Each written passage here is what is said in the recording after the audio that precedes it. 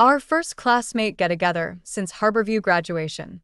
Naturally, the conversation circled around how everyone was crushing it these days. When the questions finally landed on me, the roommate who'd once frozen me out jumped in first.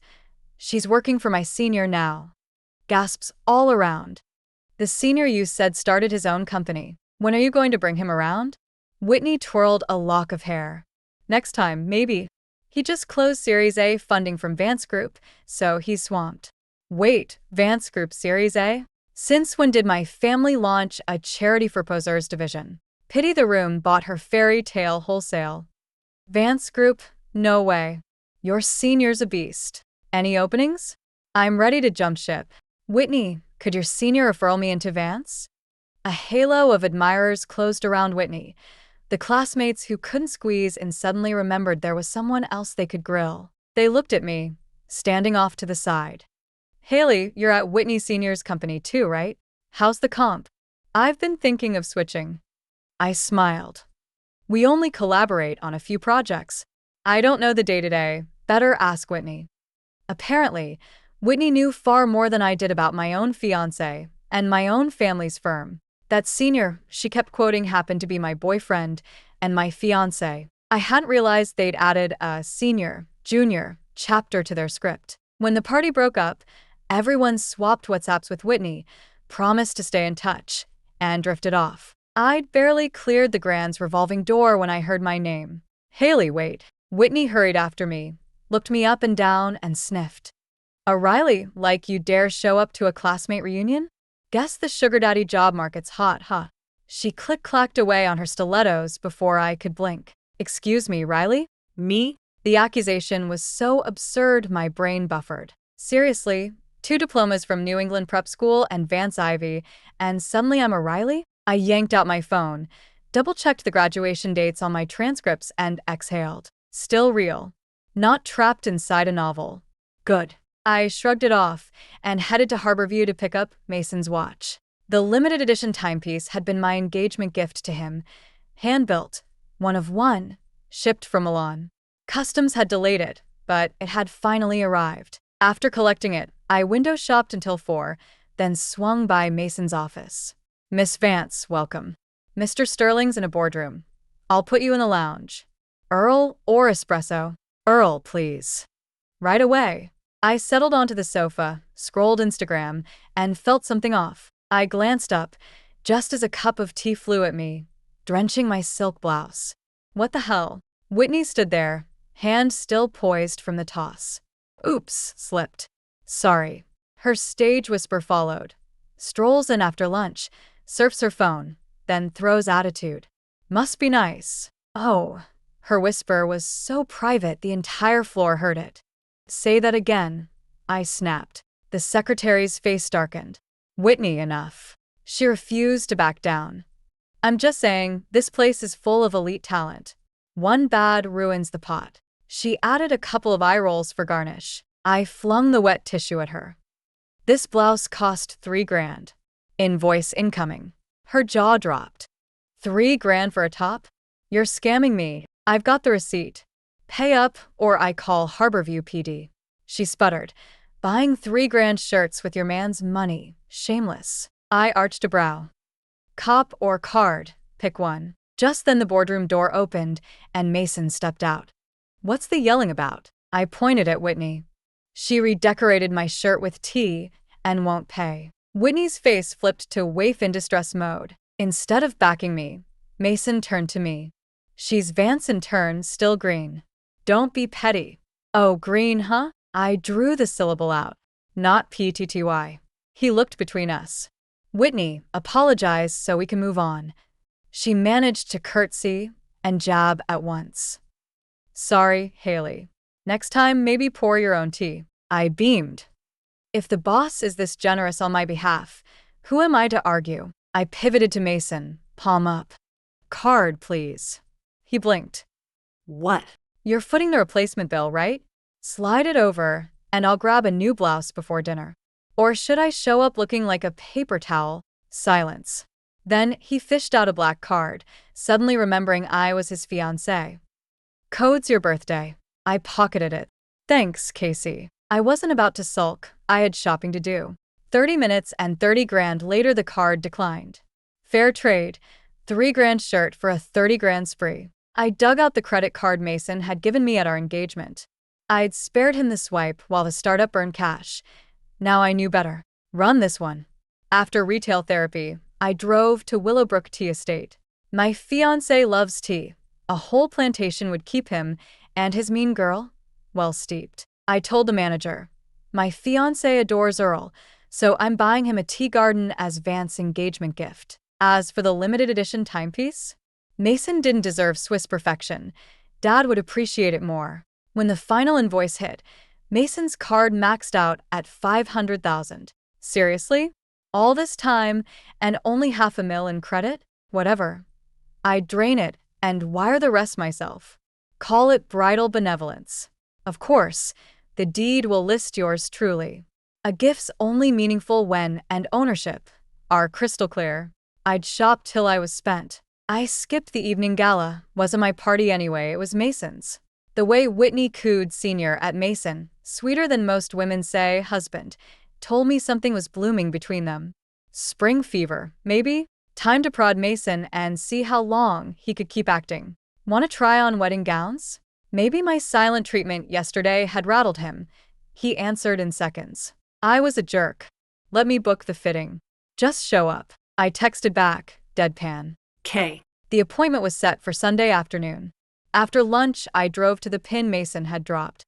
He'd chosen a high-end boutique, 1 hour, 10 grand minimum, a number that made me smile. Someone's wallet was about to hemorrhage. My good mood flatlined the moment I stepped into the salon and found Whitney already veiled in white. This ex-roommate was popping up so often I felt as if I were engaged to her instead of Mason. What are you doing here? Whitney beamed at her reflection, brushing me off. Mason had Vance's emergency. Leo was overkill for dress duty, so I volunteered. She was twirling in the exact design I'd bookmarked as my favorite. Vance's icy calm detonated inside me. Translation, I laughed in fury. I turned to the sales lead. Who authorized her to put those gowns on? She said Mason hired her as a fitting model, so you wouldn't tire yourself. Is that wrong? Fitting models are real. When there are dozens of dresses and you want a body double. But they're supposed to match your measurements. Eyed Whitney. Barely 5'2", ruler straight. Me. 5'9", curves included. Fine. Let her model every piece for me. I blacklisted the boutique in my head and parked on the velvet sofa to enjoy the free floor show.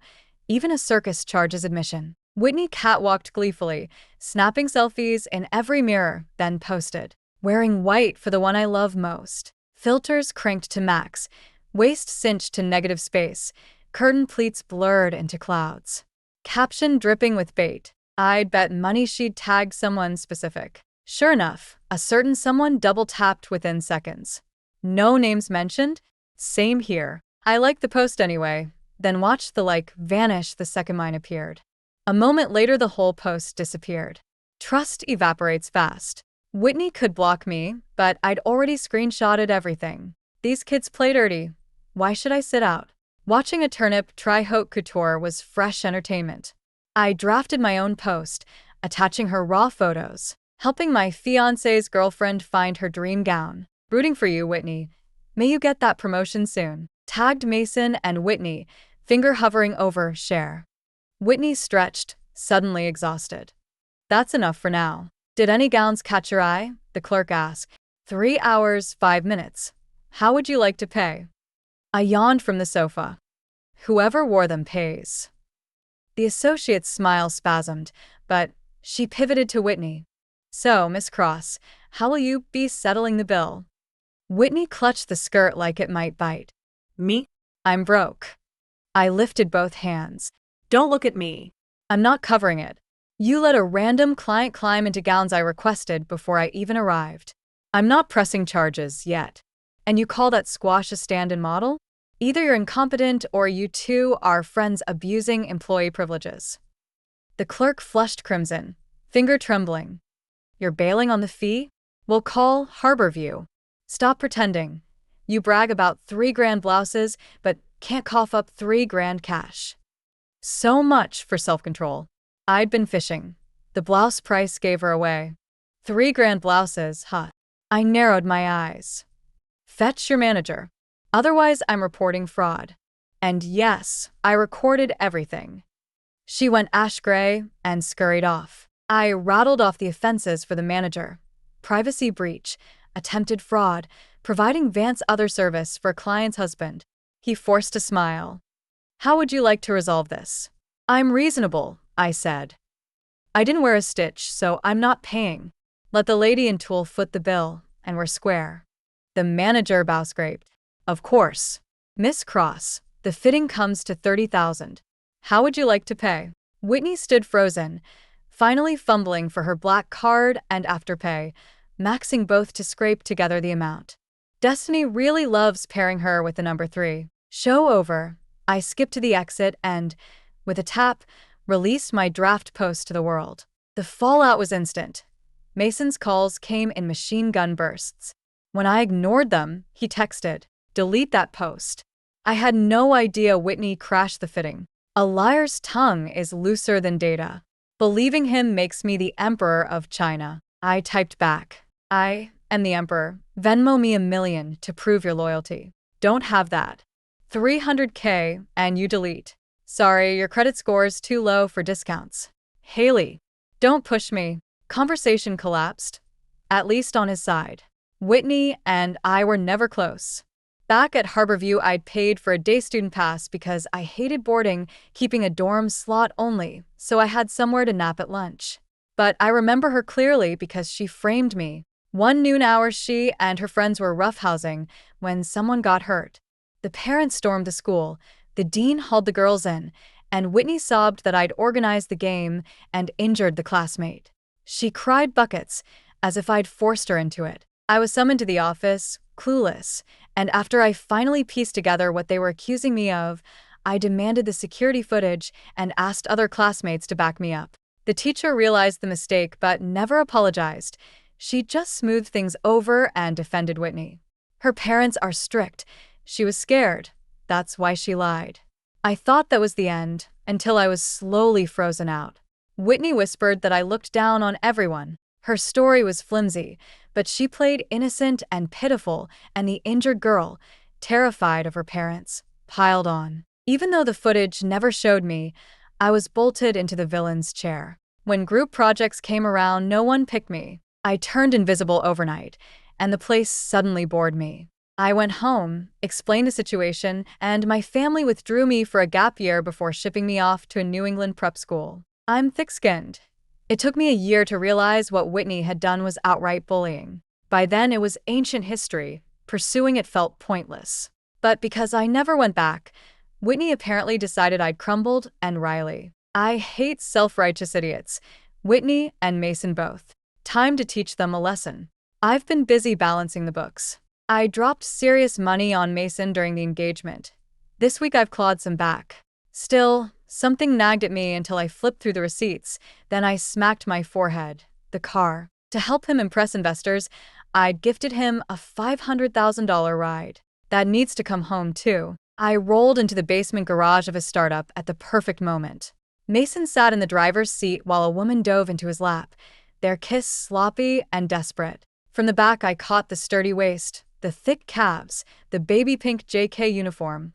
Oh look, our old classmate. Old friends deserve a warm welcome. Hey, fiancé. I yanked the door open, slapped him clean across the face, and hauled him out. Then I slid behind the wheel, clicked my belt, and floored it. Whitney still inside. She clutched the strap, voice trembling. Stay calm. Murder's illegal. Funny how panic strikes only after you've stolen a man. I'll call 911. She tried again as the scenery turned bleak. Afraid now? That wasn't the vibe when you were tonguing the trash.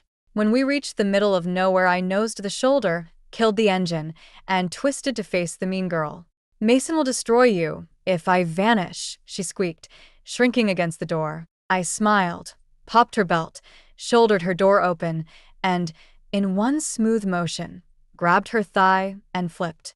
Whitney flew, face planting into the mud. I slammed the door, locked it, U-turned, and left her spitting dirt. The tightness in my chest finally loosened, until I felt sick all over again. He cheats with his mistress in my car. Worse, the mistress is the girl who orchestrated my exile. After dropping the car at a detailer, I went home and changed the door code. My phone was already vomiting missed calls and texts from Mason. Cool down, let me explain. Don't blow this up. Where did you dump Whitney? Don't drag innocent people in. Then the clincher. You don't want this reaching your parents. Whenever Mason plays that card, my dear future mother-in-law is next in line. I texted back. Let's call off the engagement. Tell your circle yourself. Before I do. I photographed every toothbrush and hoodie he'd left in my flat and listed them online for next to nothing. By sunset, they were gone. While I bagged the last sweater, Whitney spammed me. You can spend his money, but you'll never have his love. I laughed. Wasn't she the one licking his wallet? More missed calls from Mason's mom, scolding me for neglecting my duty. Men must network. You should have stayed home and guarded him. Apologize, quit your job, cook his meals. Babies fix everything. Sweet dreams, lady. Your son's salary comes out of my account. A while back, when Whitney bragged that Mason had landed a Series A from Vance Group, I rang Andrew. Turned out they'd met at a cocktail reception. Mason forced his pitch into the conversation, and Andrew, remembering our engagement, was politely encouraging. One let's talk, and Mason thought he'd caught a golden ticket. No need to humor his little shop owner fiancé. I hung up, annoyed. If he's going to flaunt a deal that doesn't exist, the least I can do is give him something real to flaunt. Mason borrowed a car from a friend and finally tracked down Whitney, whom I'd dumped on the outskirts. He saw her crouching pitifully by the roadside, dirt still on her clothes, and glared at me in open disapproval. Whitney seized the moment to comfort him. Mason, I'm fine, don't worry. I just hate seeing you treated like this. Whatever's wrong, you two should talk it out. Haley didn't leave you a shred of face. She rolled her eyes and started slipping in the knife. Mason, don't go easy on her just because she's a woman. What's she so high and mighty about? She spends her money every day and still doesn't get that the two of you are a team. The words slid straight into Mason's ego, his machismo crystallized in the echo of her voice. Haley really is too immature. But Mason cooled off fast. Haley was still useful. He couldn't break the engagement. The last time he'd run into the CEO of Vance Group, the man had seemed to know her. Mason was counting on that connection. If the engagement had to end, it couldn't be his fault. Certainly not when he was the one in the wrong. He had to hook Vance Group first, so he quickly iMessaged Leo. Leo, about the partnership we mentioned last time. I think you're mistaken, Mr. Sterling. The boss never brought up any partnership. It must have slipped his mind. How about dinner to talk it over? Sorry, Andrew's schedule is packed. We'll be in touch. Mason stared at the screen, face dark. The deal had evaporated, and he was sure Haley was behind it. Vance's ideas sparked. Right. If Andrew wants Haley so badly, why not deliver her to his bed? It would flatter Andrew and give Mason dirt on Haley, enough to force her to call off the engagement. A wicked grin spread across his face. He leaned to Whitney's ear and whispered the plan. They both broke into delighted laughter. Mason texted Leo again, inviting Andrew to dinner. There may have been a misunderstanding. I've booked a private dining room to apologize. I hope Andrew will honor us. Oh, and Haley will be there too. This time the reply came instantly. Send the time and placed. Mason beamed and fired back the Grand's address, triumphant. What he didn't know, Leo forwarded the text to my brother while I was raiding his fridge for crab. Andrew showed me the screen. I cracked a claw. Say yes. I want to see what circus trick those two have planned. He kneaded his temples. Playing with gutter trash. Mom and Dad won't stay blind forever. I slurped row, waving dismissively. It's just Vance's engagement, not a wedding. I'm about to close the net. Chill. If they find out, I'm not taking the fall. I parked a crab on his plate. Relax, bro, eat. To set the scene, Mason spent 3 days being nauseatingly sweet. Didn't even whine when I repossessed his car. Haley, I was wrong. Whitney threw herself at me. I see that now. Let me make it up to you. Here's my black card, swipe away, then we'll have dinner. I've invited Andrew. Getting to know the CEO of Vance Group is a once-in-a-lifetime shot. Mason could swallow his pride faster than cheap tequila. He hovered, bowing and scraping. I swallowed the urge to gag. The show had to go on. Fine. Hand it over. Card number 3 landed in my palm. What to buy this time? After I drained the card again, I showed up at the Grand. Mason was already in the private dining room, tea and juice laid out. Shop till you dropped? Bet you're parched. Have some tea. He placed a cup in front of me, fingers trembling. I smiled, tipped it back in one gulp. Minutes later, I faked a yawn. Mason jumped. Tired? I reserved a suite upstairs, take a nap. I'll have room service send up. I yawned wider. What about Andrew? I'll keep him company. Okay, nap time. He slid a keycard across the table, escorted me to the elevator, then hurried back. Whitney pounced the instant he returned. Did it work? Mason grinned, flashing the okay sign. Knew you'd nail it, Mason. She hugged his arm, already picturing me caught in bed, dumped in disgrace. She sipped her wine, smile razor sharp. Haley doesn't know how good she has it. If it were me, I'd drop everything, help you build your empire, play the perfect little wife. Seeing him frown, she squeezed his hand. Relax, her family's nobody. That's why she dropped out of prep school. She's always chased rich guys. Where else would she get the money for those designer outfits? In her script, I was a gold-digging sinking, while she was the pure martyr ready to sacrifice everything for love. When Andrew arrived, Mason ordered a feast and popped several bottles. Andrew barely touched a bite. After dessert, Mason palmed him the second keycard, murmuring there was Vance after-dinner surprise upstairs. Andrew pocketed it. All right, drop by the office next week and we'll talk Series A. Mason beamed. I'll leave you to enjoy the evening. He whisked Whitney away. She was already tipsy, eyes sparkling with triumph, not a flicker of guilt over the life she thought she was wrecking. She pretended to stumble, collapsing against him. Whitney? Too much wine. She pressed her face to his chest, voice quivering. I'm okay, just memories flooding back. Senior, you know I've watched you since prep school. You were my first love. Tears slid free. It breaks my heart that she doesn't see how amazing you are.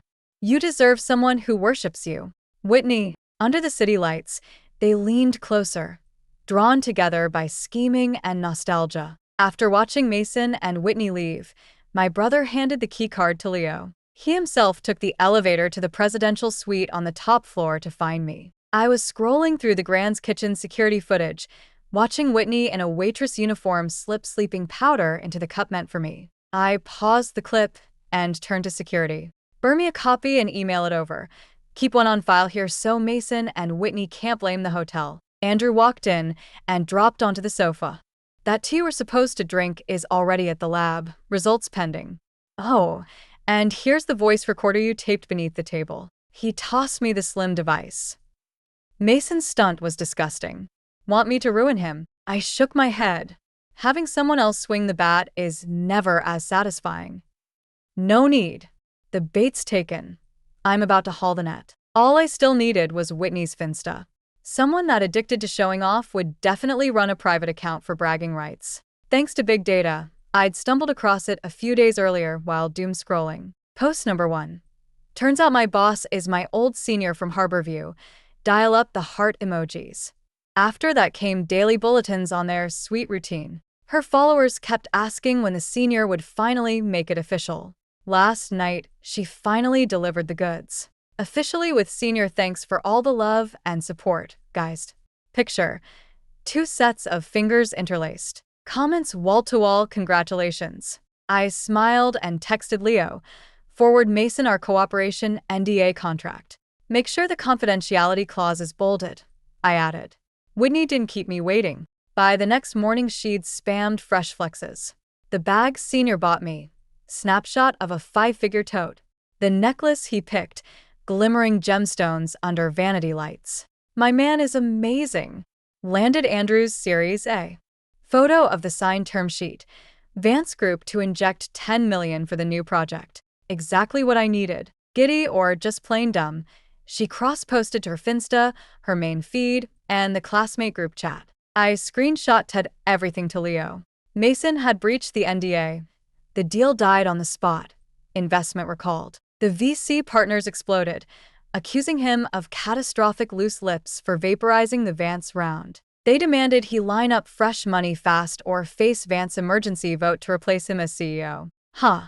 One little post, and Mason's throne started wobbling. Of course, he blamed Whitney for torpedoing his almost coronation. Now no amount of tears helped. She was fired for leaking the contract and blacklisted industry-wide. She camps outside Mason's condo daily, sobbing apologies.